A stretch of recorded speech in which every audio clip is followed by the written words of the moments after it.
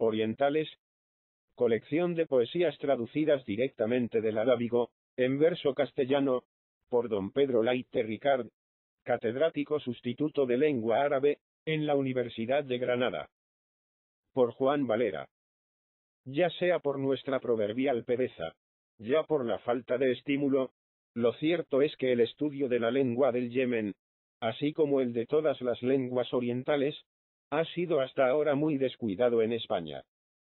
Imposible parece que un idioma, en el cual se han escrito tantos documentos importantes, al conocimiento de nuestra historia, y tantos libros de poesía y de filosofía, gloria de nuestro suelo, donde nacieron sus autores, haya sido tan generalmente ignorado. Apenas si en el largo catálogo de nuestros innumerables literatos, se cuentan algunos célebres arabistas. Los pocos que se cuentan, no alcanzan una reputación tan bien asentada, que escritores, como Doci y otros orientalistas extranjeros, no nos hagan dudar un poco de su saber. Bien es verdad que esta clase de estudios arábigos, tiene la peculiar calidad de estar más sujeta, a opiniones que otras clases de estudios. Los profanos, los que no sabemos una palabra de árabe, no podemos menos de pasmarnos de la inseguridad, y de las cuestiones de los que saben, o dicen que saben dicho idioma.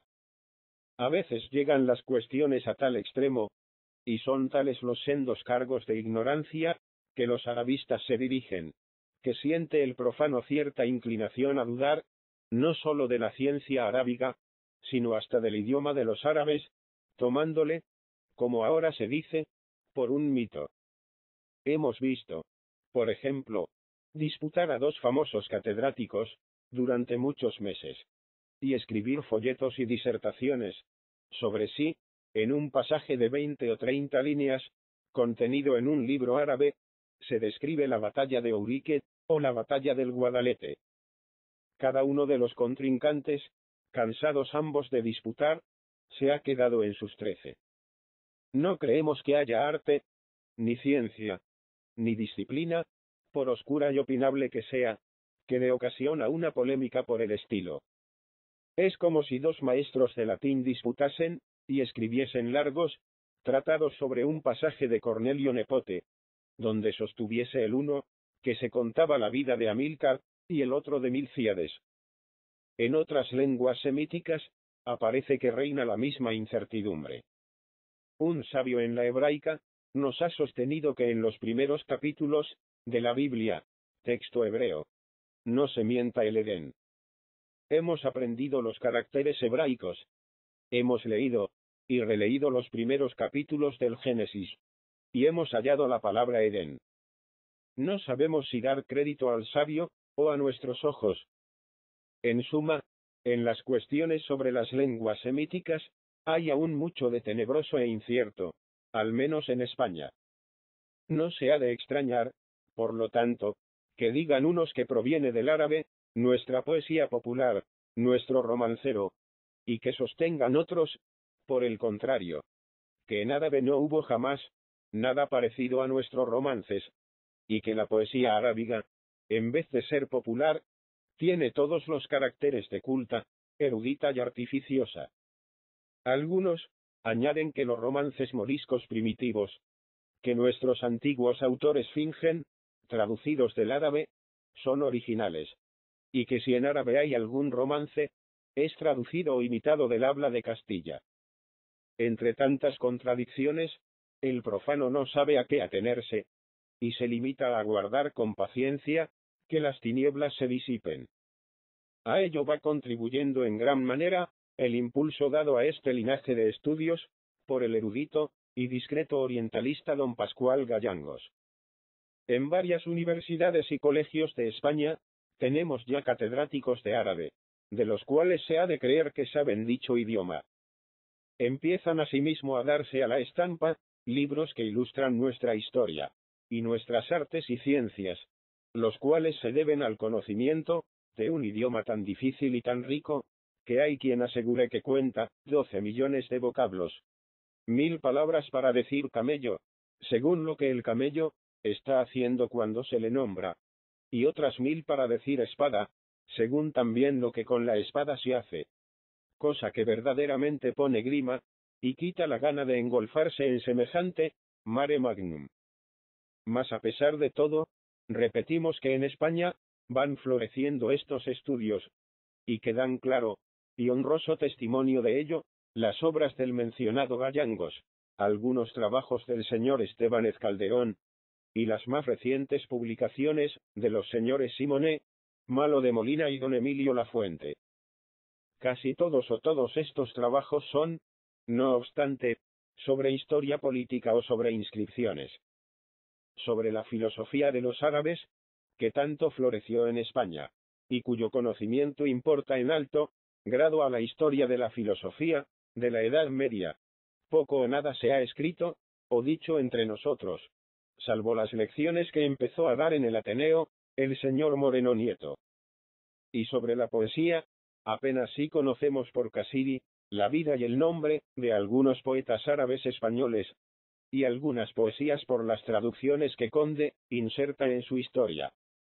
Se publicó también en París, por los años de 1833, una colección de poesías árabes, persas y turcas, traducidas por el Conde de Noroña, mas no directamente del original, sino, a lo que afirman las personas, entendidas en el asunto, de la lengua inglesa.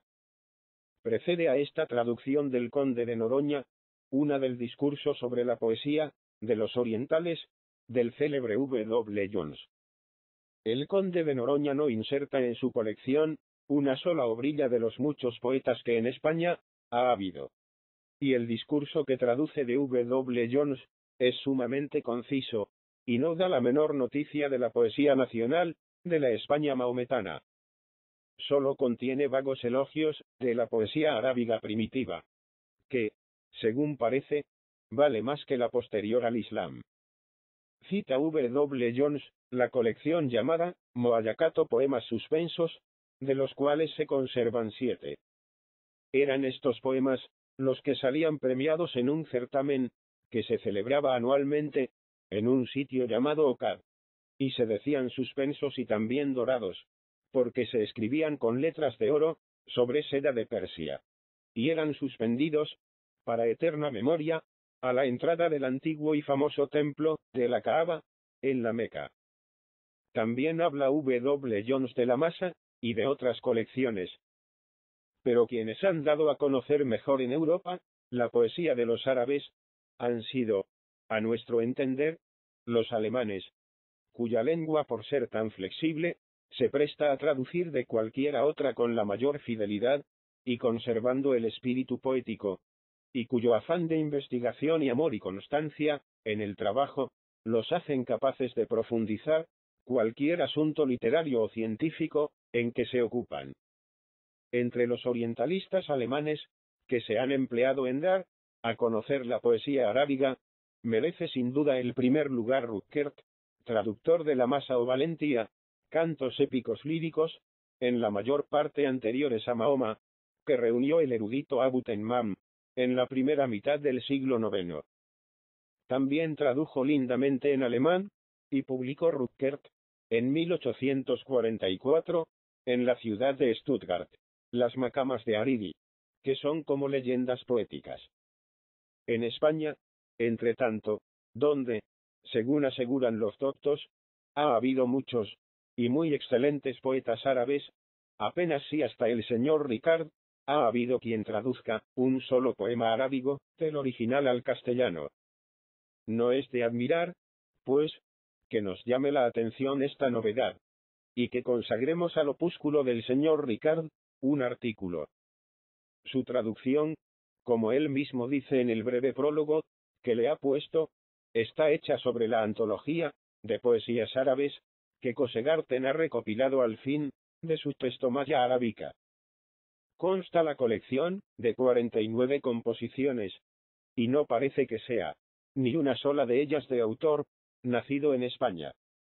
Los profanos nos quedamos aún con el deseo de conocer por sus obras a los egregios poetas árabes que florecieron en España, y singularmente en Córdoba, en tiempo de los califas. Los profanos tenemos que dar crédito al no menos egregio poeta cordobés, duque de Rivas, cuando nos dice que Josefa Ben Harun era un Homero, y cuando nos habla con tantos encomios de Al-Hasan, de Albuquerque, de Obada y de la hermosísima Lobna.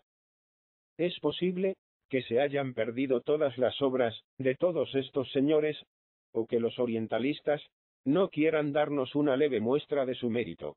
Traduciendo un poquito, verdad es que, según el señor Ricard, que en esto no conviene, como de costumbre, con otros arabistas españoles, y más bien conviene con Doci, la poesía arábiga es de una naturaleza erudita y aristocrática, esto es, que no puede haber dado origen a nuestra poesía popular.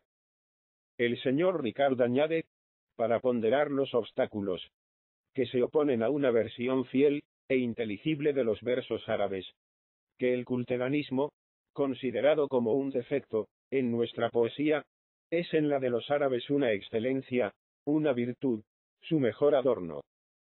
Los primores de la poesía árabe, prosigue, son a veces tan superiores al alcance del público, que con frecuencia necesitan los mismos autores escribir un comentario a su poesía, comentario indispensable para su inteligencia. Curiosa virtud y diabólico adorno de poetas y de poesía son estos de los árabes, si hemos de fiarnos del señor Ricard. Ni la Alejandra de Licofrón, ni las soledades de Góngora, valdrían nada entre ellos. Por fortuna el señor Ricard ha sabido despojar sus traducciones de esa virtud de la oscuridad. Todas ellas se entienden sin comentarios, y bien se puede afirmar que algunas son muy lindas. Las hay sentenciosas, llenas de moralidad y de filosofía, sobre la templanza, sobre la modestia, sobre la paciencia y sobre la mansedumbre.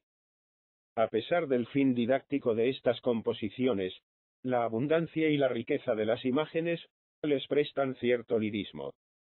Otras son descriptivas, pero el poeta, al contemplar y describir el objeto, y movido por las impresiones que de él recibe, evoca sus más íntimos sentimientos, y los pinta con notable viveza de expresión.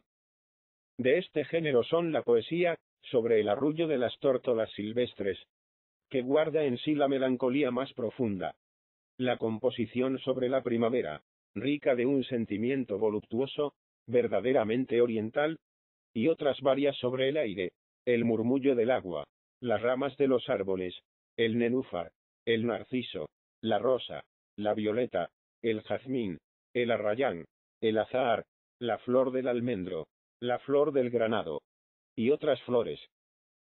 Contiene también la colección algunas poesías amorosas, y en loor del vino, al que suelen ser muy aficionados los poetas musulmanes, a pesar de la prohibición del Corán. Por desgracia, estos versos al vino tienen, por lo común, para nosotros, europeos y cristianos, el mismo inconveniente que la segunda égloga de Virgilio, y que los versos de Hafiz y de otros poetas persas. El copero hace generalmente el papel del Batilo de Anacreonte, del Ganímedes de Júpiter, y del Antínoo de Adriano. Tales son, en brevísimo resumen, las poesías árabes que ha traducido el señor Ricard. No copiamos aquí ninguna, porque nos parece difícil la elección, y no estaría bien dar como muestra la que valiese menos. Por otra parte, nosotros entendemos que de estas cosas, bellas, sí, pero exóticas, no se puede juzgar por un pequeño fragmento. Es menester conocer toda una obra, y penetrarse del espíritu, y de la forma de poetizar tan peregrina, y tan diferente de la de los pueblos de Europa. Recomendamos, pues, a los curiosos que compren, y lean el opúsculo del señor Ricard, que está de venta en todas las librerías. Es menester animar al señor Ricard, a ver, si se decide a traducir las obras de algún buen poeta arábigo hispano. Sería de desear, si esto hiciese, que al lado de su traducción en verso, nos diera otra traducción literal en prosa, como hizo el señor Castillo y Allensa, con Safo, Tirteo y Anacreonte. Así comprenderíamos mejor, los que no sabemos la lengua arábiga, la manera de la expresión, los giros y las frases del poeta, que el señor Ricard traduzca, lo cual es de la mayor importancia, para poder juzgar sobre una poesía extranjera.